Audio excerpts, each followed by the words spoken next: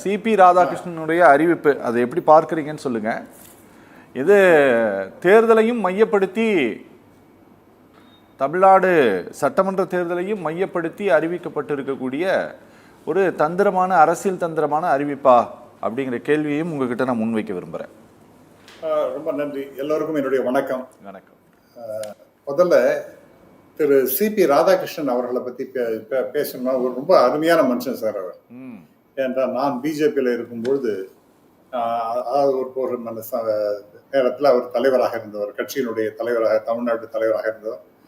ரொம்ப எளிமையான மனிதர், பழகுவதற்கு ரொம்ப இனிமையானவர், எல்லா கட்சி தொண்டர்களை ரொம்ப அருமையாக நடத்தி செல்லக்கூடிய பாங்கு படைத்தவர். இப்படி நிறைய விஷயங்களை சொல்லிட்டு போகலாம். அவருடைய பல நேரங்களில் அவரோட நான் தொலைக்காட்சி பேட்டிகளில் அதெல்லாம் பங்கு பெற்றிருக்கின்றேன். அவர் பிஜேபி அப்படிங்கிற மாதிரி பேசுவார், நான் மோடி ஆதரவாளருங்கிற முறையில் பேசுவேன். இதெல்லாம் ரொம்ப வேடிக்கையாக சந்தோஷமாக இருக்கக்கூடிய சமாச்சாரங்கள்.